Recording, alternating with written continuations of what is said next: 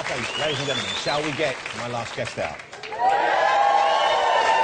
Without doubt, he's one of the most talented songwriters, certainly one of the most exciting live performers on the planet.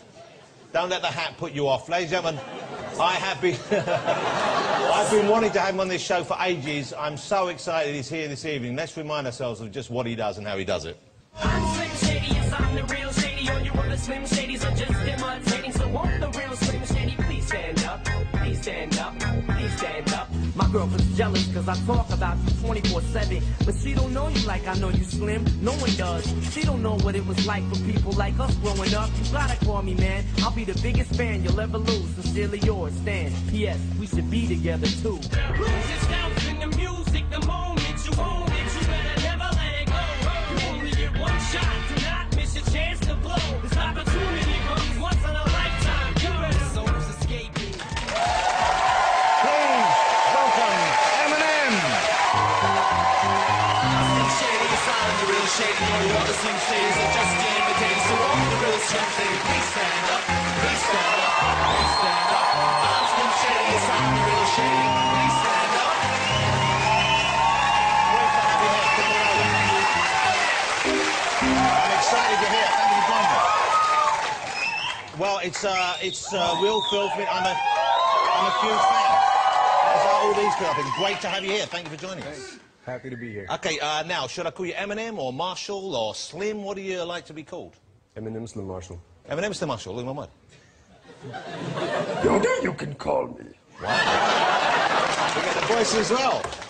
Hey, now, where have you been? What have you been doing? It's been what? Has it been 4 years, 5 years since the last album? And now you've got the new one, Relapse, coming out, but it's been a long period. This was a deliberate step away from things, I guess. Yeah, I wanted to pull back from the spotlight for a little while, you know, just, I guess, kind of reassess my whole career. You know what I mean? I ended up in rehab in 2005, and, you know, just kind of wanted to, like, I was trying to figure out where I was going. You know what I mean? Like, where I was going in my personal life and career-wise and everything, like, what I was going to do. So I kind of wanted to, I knew that I still wanted to, I knew I wanted to take a break from the spotlight, but at the same time, I still wanted to do music, you know, because I'd go crazy if I didn't do music. And I guess you were still creating music, writing music in that period, even if you weren't releasing it. Yeah, I was writing music too, but I don't know, I kind of took the producer's role even more so, and, you know, stepped away from the mic, even though, I mean, I was still writing, I was still making songs, but it just wasn't, I wasn't making anything that I felt like was good enough to put out at that time. You know what I mean? So, and then what happened? It just clicked again, or you just thought the time was right?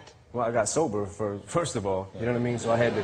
How tricky was that for you? Was that a difficult journey? Was that a tough thing to do? Yeah, definitely. It was pretty rough. You know, there were a couple of years that were pretty bad for me. But, you know, I'm a little over a year sober now, so I'm congratulations. Happy to, yeah.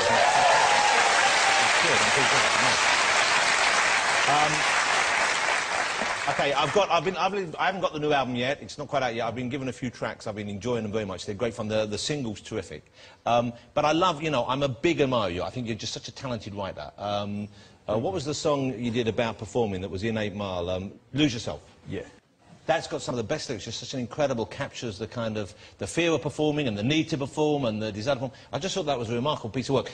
If you weren't doing, if you weren't writing rap, were you writing beforehand? Was it rap that got you into writing in the first place, or were you already expressing yourself in that way? Nah, I mean, I didn't actually like start writing. It was definitely hip hop. You know, I didn't pick up a pen and realize that I could write anything until, you know, rap got me into doing that. You know what I mean? I heard Ice-T, Reckless was one of the first songs I ever heard.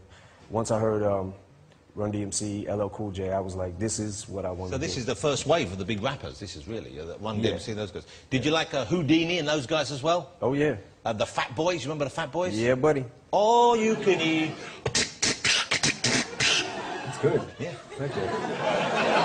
We should team up, we should do something, maybe release something together. That'd be hot. Do you, let me ask something, and I'm sure people who rap get asked this all the time. Do you sing ever? Say you're at home and the mood takes you. Because in your rapping, it's kind of talking. If you're in the shower, a little bit of Frank Sinatra, maybe? Yeah, a lot of Frank Sinatra. Yeah, really? Yeah. You got a good voice?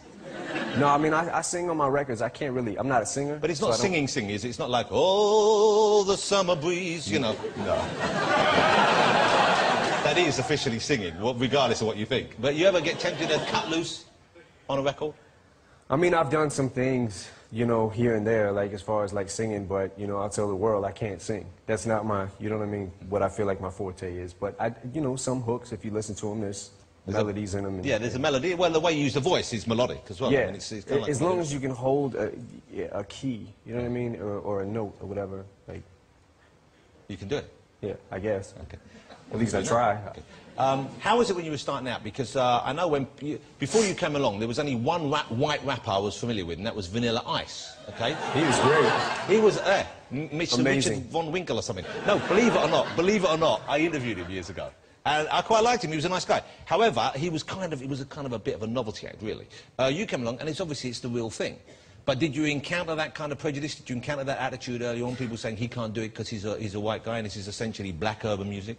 I mean, yeah. Early on, I went through like quite a bit of that. But I mean, I think that at the end of the day, I guess if your heart is in it, and you know, you just keep persevering, you know, you're gonna break through. I mean.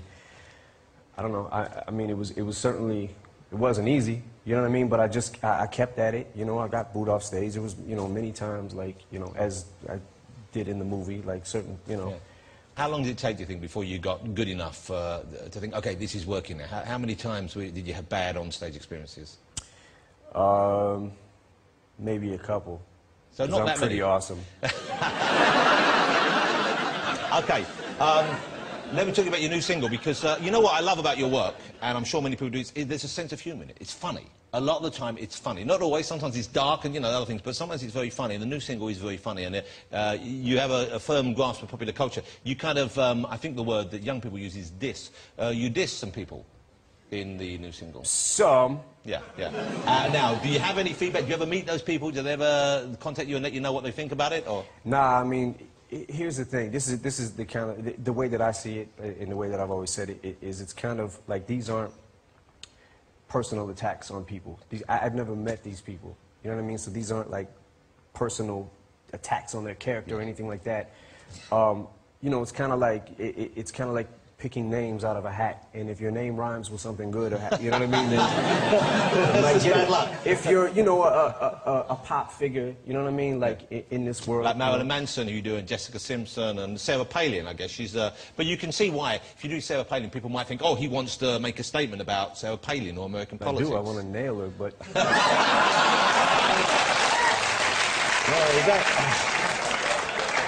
If anyone's gonna, I think you got a good chance. Yeah. Hey, you're looking in good shape.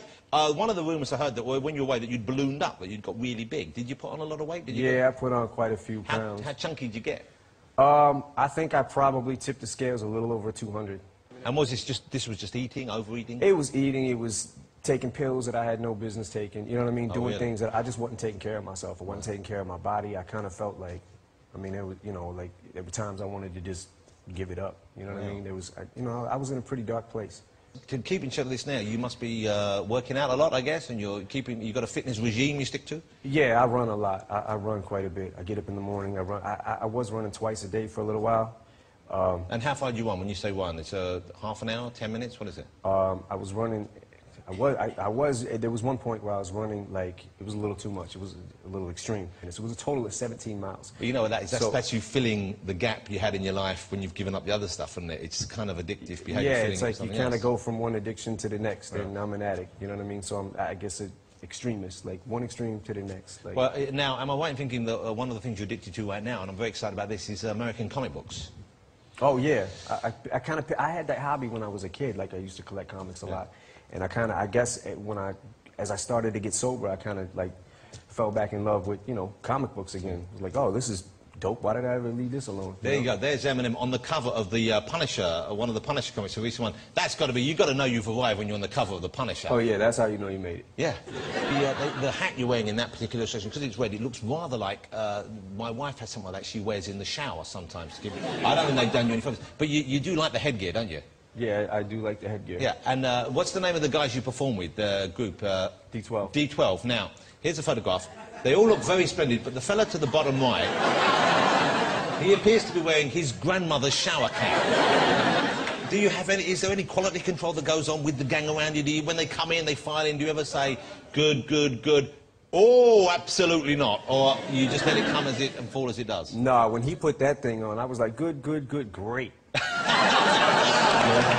It's a bold look. There's no two ways about it. Yeah.